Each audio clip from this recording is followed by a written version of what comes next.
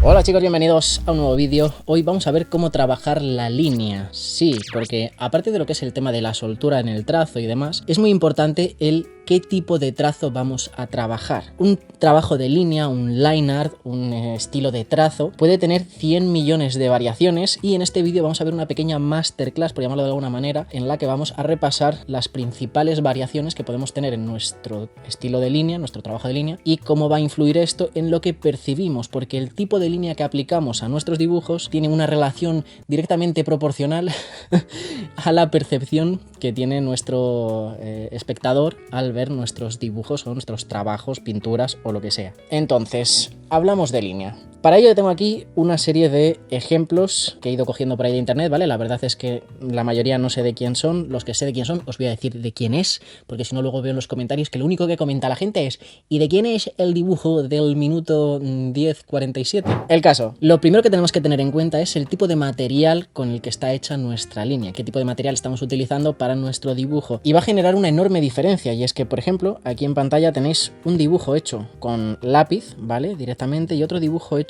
con tinta. El lápiz generalmente nos va a transmitir un tipo de sensaciones muy orgánicas, como muy de las raíces y muy natural, ¿no? El trabajo de tinta es siempre bastante más duro, por lo general, siempre se puede, si trabajamos con Bolivic, podemos hacer un tipo de acabado un poco más suave y tal, pero por lo general es un trabajo más duro, porque además nos conseguimos unos contrastes más fuertes y nos va a potenciar esas sensaciones como de más rudeza, más firmeza. Una cosa que quiero decir y que quede clara es que no necesariamente tenemos que variar el tipo de trabajo de línea o el tipo de material que utilizamos de un dibujo para otro. Realmente, al final, una persona acaba trabajando su estilo de dibujo personal y acaba utilizando siempre el mismo material y el mismo trabajo de línea, al igual que el mismo trabajo de lo que sea, ¿vale? El mismo paleta de color o lo que sea. Pero cuando somos dibujantes versátiles y tenemos que trabajar en diferentes estilos y demás, está muy bien tener en cuenta todo esto porque nos va a ayudar a adaptarnos a aquello que queremos hacer. Si queremos trabajar como ilustradores todoterreno, por ejemplo, si queremos trabajar en un departamento de arte para una serie, como hice yo en lo de HBO, pues tenemos que poder adaptarnos a lo que va necesitando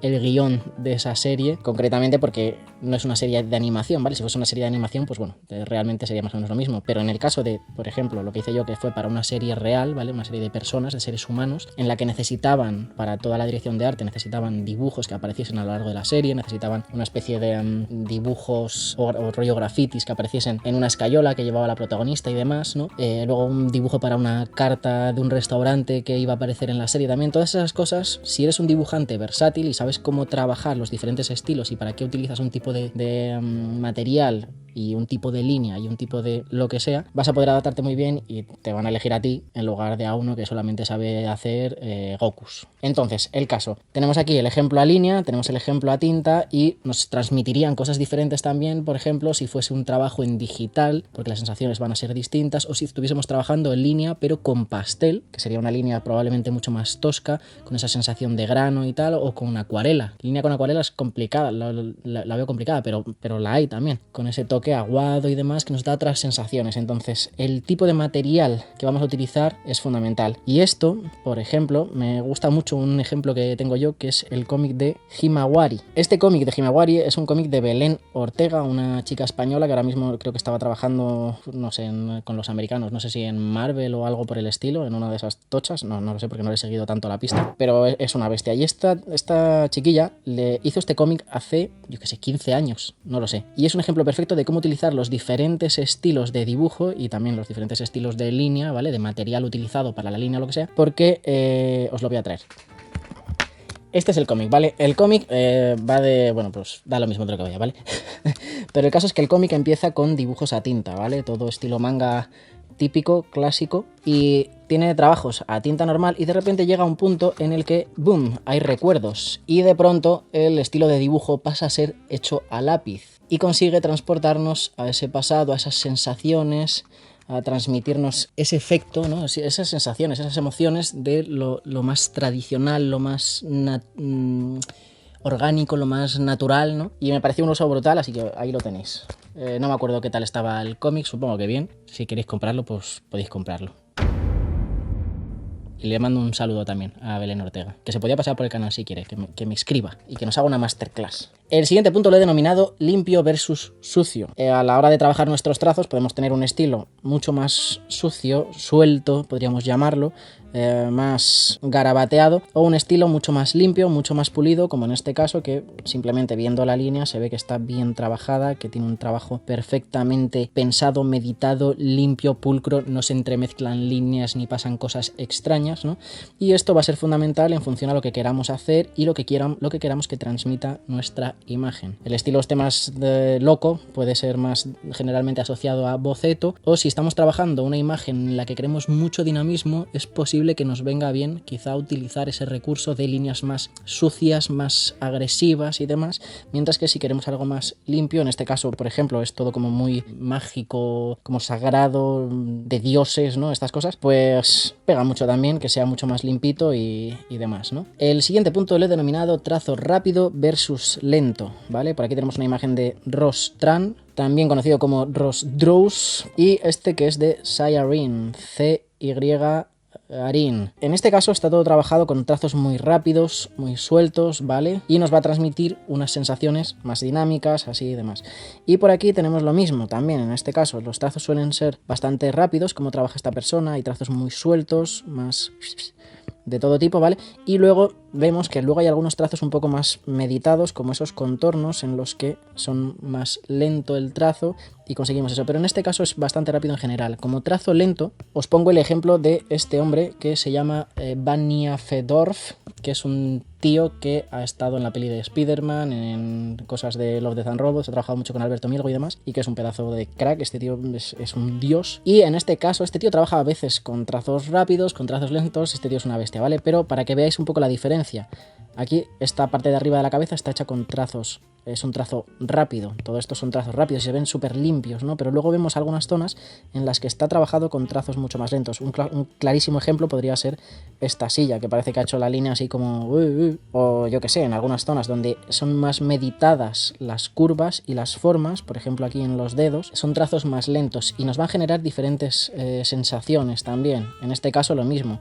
Estas zonas del radiador podría haberlas hecho muchísimo más rápido y que fuese todo perfectamente estirado, perfectamente limpio, pero este hombre combina muchísimo esos trazos súper sucios con algunos trazos un poco más limpios o más rápidos, y este hombre hace la combinación de ambas y es una maldita locura. Es flipante ver los speed paints que tiene en Instagram porque, o sea, ves cómo trabaja, y de hecho incluso lo que es el proceso, ya no el trazo, el proceso que sigue para hacer un dibujo de este estilo de bocetos, y dices, este tío está loco. El siguiente punto es grueso versus fino, o ancha, línea ancha versus fina o intermedia, o muy ancha o muy fina, ¿vale? Y es que cada grosor de línea nos va a transmitir una cosa u otra. Por ejemplo, en el caso de tatuajes old school como este que tenemos aquí, el trabajo de línea era más grueso y nos da una sensación como más, yo diría, de estilo como cartoon prácticamente, más en este caso pues más de tatuaje y tal. Es difícil conseguir un dibujo realista con líneas gruesas, mientras que con líneas finas, no, en este caso no es un dibujo más realista, ¿vale? Pero la sensación es como mucho más sutil y nos va a permitir hacer un trabajo de detalle mucho mayor, mientras que con líneas gordas no podemos conseguir detalle, vamos a perder información por el camino, y pues las líneas gruesas nos van a permitir conseguir una cosa y las líneas finas otras. Esto se aplica incluso a estilos de dibujo como pueda ser el manga, y es que también podemos clasificar la línea como un tipo de trabajo de línea uniforme o un tipo de trabajo de línea que no es uniforme, que tiene sus ciertas variaciones. Por ejemplo, en los mangas de Dragon Ball o de One Piece vemos que el trabajo de línea es bastante uniforme, es decir, las líneas tienen prácticamente todo el rato el mismo grosor, y de hecho no hay muchos grosores de línea. Ya no es que la línea se haga más ancha o más fina por el camino, sino que utiliza el menor número de rotuladores posible. Es decir, podría dibujarse toda la escena con un mismo rotulador prácticamente, y de hecho en esta escena lo vemos que es prácticamente el mismo rotulador, salvo si acaso, si te pones algunos detalles así como de líneas de sombreado que incluye, que podrían ser ligeramente más finas si nos ponemos un poco tiquismiquis, pero que de hecho podrías hacerlas con el mismo rotulador haciendo las líneas un poco más rápido. Y en One Piece igual, vemos que prácticamente todas las líneas son del mismo grosor y no tienen prácticamente variación, es un entintado uniforme y que realmente no utiliza prácticamente una única única pluma o un único rotulador de un único grosor. Esto por lo menos al principio. Tal y como va ahora One Piece, no sé si ha ido evolucionando Ichiro Oda, pero la esencia era esa. Y de hecho esa es una cosa que le molestaba bastante a la gente de Akira Toriyama, del hombre de Dragon Ball, porque decían que su dibujo, que era como muy básico al principio, y al final, pues bueno, eso que era tan básico se acabó convirtiendo en una leyenda y en algo que millones y millones de personas han intentado replicar dibujando Gokus día sí, día también. Por contraposición al estilo, digamos, de línea uniforme, tenemos el no uniforme, como por ejemplo en Death Note y en Air Gear, que es el manga que enseñamos en el primer capítulo y que más no he tenido tantos comentarios preguntando sobre él en la vida, ¿vale? Aquí vemos que el estilo de línea que trabajamos tiene sus variaciones, ¿vale? Va de más ancho a más fino, líneas un poco más finas, un poco más anchas, lo mismo, más anchos, más fino, aquí incluso líneas anchas que acaban casi desvaneciéndose, ¿vale? Todas estas variaciones de línea nos van a dar unas sensaciones totalmente diferentes a una línea uniforme. De hecho, nos va a permitir insinuar distintos tipos de sombreados, saber más o menos de dónde viene la luz, dar volumen, dar profundidad, ¿no?, a nuestro dibujo. Vemos que el autor utiliza muchísimo este tipo de variación. Hay autores que lo utilizan muchísimo más, muy a lo bestia, y otros que simplemente son un poco más sutiles. En este caso he cogido algunos que son bastante acentuados para que podáis verlo. De hecho, por poner un pequeño ejemplo de cómo utilizar estas variaciones de línea, que creo que es una parte muy interesante para todos aquellos que queráis dibujar manga o incluso realismo, porque os va a servir, es el cómo utilizan esos grosores, ¿no? Y que las líneas de contorno de la parte de fuera del personaje, aquí por ejemplo, utilizan líneas un poquito más gruesas que las que podemos encontrar para definir formas de dentro. Eso nos ayuda a separar la figura del fondo o de lo que es el entorno y de lo que tiene alrededor. En este patín, por ejemplo, se ve súper claro. Toda esta línea de contorno es mucho más gruesa que los detalles de estas otras líneas. Y luego se utiliza, como decíamos, para marcar algunas sombras. En este caso es una sombra muy clara porque está dentro del propio patín, pero, por ejemplo, aquí está... Este triangulito que se ve aquí nos insinúa que aquí se genera una cierta sombra. Aquí, por ejemplo, esta línea de aquí también nos insinúa eso.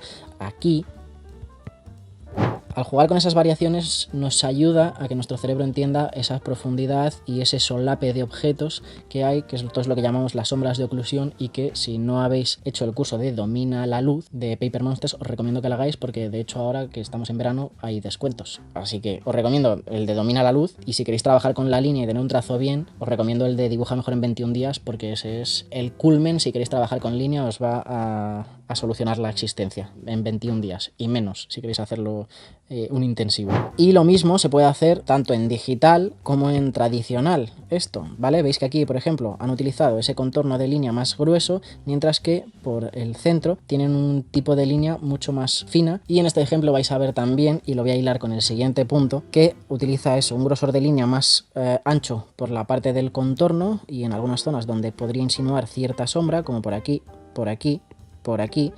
Aprovecho este dibujo anatómico, digamos, y del tradicional a lápiz para enseñaros una cosa más que me parece muy importante. Primero, que en Bellas Artes me enseñaban mucho el tema de las zonas donde hay dureza, como por ejemplo codos y demás. Suele ser interesante acentuar con la dureza del lápiz para dar esa sensación de dureza que tiene el codo, porque ahí hay un hueso y demás. Este es un truqui que se utiliza bastante en el trabajo de línea y que si no te lo dice nadie, pues la verdad es que ni lo piensas. Hay gente que empieza a hacer variaciones de línea y no sabe ni por qué lo hacen, y le acaba quedando bien, pero no tiene sentido ninguno. En este caso es una forma de entender vale, pues aquí puedo meterle un poco más de dureza porque me da esa sensación, y entonces pues tiene sentido y demás, ¿vale? Y la otra cosa que quiero deciros y transmitiros es un punto extra, que es el de intensidad fuerte versus intensidad flojo.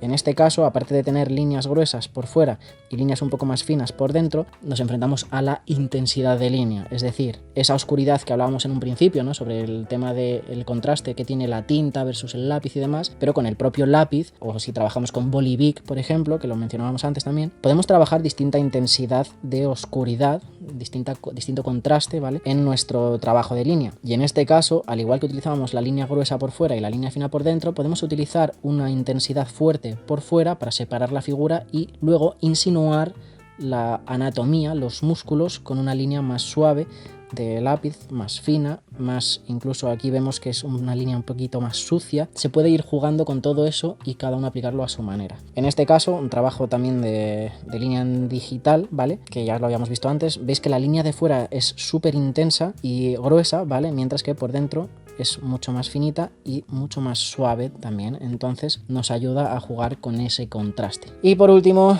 vamos a jugar con la posibilidad del color, ¿vale? La línea, cuando la aplicamos a un dibujo terminado, podemos meterle color, y Ciarín es una artista que lo utiliza muchísimo esto. Suele trabajar primero a línea en tradicional, de hecho, dibujando con sus lápices o sus Rotrins o lo que sea que use, ya no me acuerdo, y luego cuando va a trabajar en digital y a meterle volumen, lo que hace es colorear la línea. Veis que estas líneas, o sea, le mete el color del objeto que está dibujando esa línea, ¿vale? Pues en este caso esto también sería una línea, esta se ve otra línea, y le mete ese color marrón o por el pelo, o un tono más rosado por, como es en este caso de esta línea, porque es tono de piel. Entonces, en este caso igual, pues aquí esta línea que en su dibujo original era negro, aquí le mete ese color como canela. En las zonas de la pierna, pues aquí juega con unos rojos muy intensos, que también le ayuda a conseguir una gama cromática interesante. Y en resumidas cuentas, mete color a la línea, que es una cosa que podemos aplicar a nuestros dibujos en caso de que nos guste trabajar con línea y luego queramos meterle color y no sepamos cómo quitar la línea, o nos guste cómo queda la línea, más el color, más todo.